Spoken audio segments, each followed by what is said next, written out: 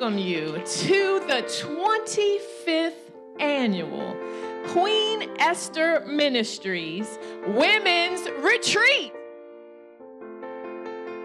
I want to tell somebody in this room, you better start pushing the pump. Push the pump.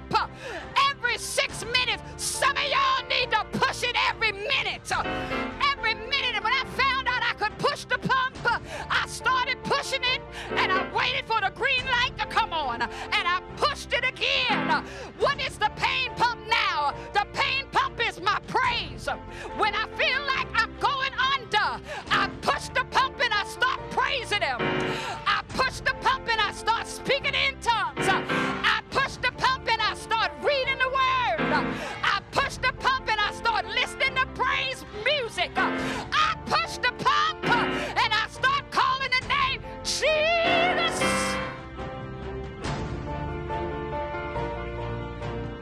I ask the question, why is your intended purpose in conflict with your destiny? Why have you allowed your infirmity to outshine your identity? Why did you let that happen? How did you let that happen? I got to get past this. I'm being held up. I got somewhere to go. I got to get to the next chapter. I got to get to the temple. I got to get to church. Tell your neighbor, I'm out of here tonight. You got to have the right weapon, because some of the other weapons have gotten dull. Hang around with folks that's doubting. Hanging around with folks, I'm not saying everybody got to be batting 1,000 in your life, speaking in tongues 24/7, but you got to hang around some folk that's going to look at you and say, shalom. And if you got to get in the pool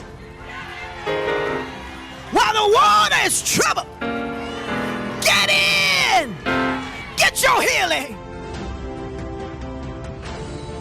We cannot go back.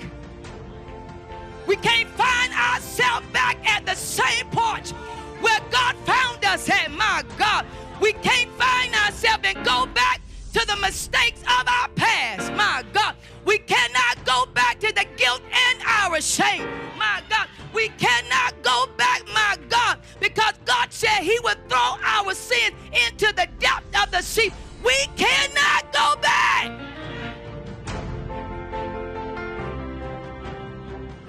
And question God, why you allowed me to go through that? Why did you allow me to feel that? Why did you allow me to even feel this way? God, I've been serving you, I've been faithful, but it seems as though every time I make one step forward, something keeps pulling me back. That's because God wants you to always rely on him.